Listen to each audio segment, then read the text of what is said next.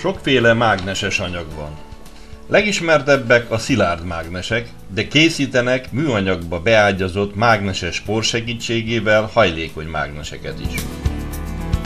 Az egyik legkülönlegesebb mágneses tulajdonságú anyag e palackban lévő mágneses folyadék.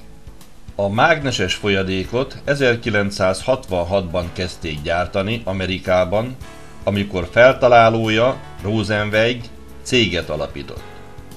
Rosenzweignek először nanoméretű részecskéket kellett előállítania, amelyek a folyadékban nem ülepedtek le, majd ezeket az összetapadásuk meggátolása érdekében vékony műanyag réteggel kellett bevonnia. A részecskéket vívőfolyadékba helyezve valóban önthető mágneses folyadékot kapunk. A mágneses folyadék egy ideális paramágneses anyagnak tekinthető, amelyet igen erős mágnes közelébe helyezve a folyadék egy része szinte megszilárdul. Ezt a tulajdonságát újfajta tengelykapcsolók, fékek és lengéscsillapítók készítésére is felhasználták.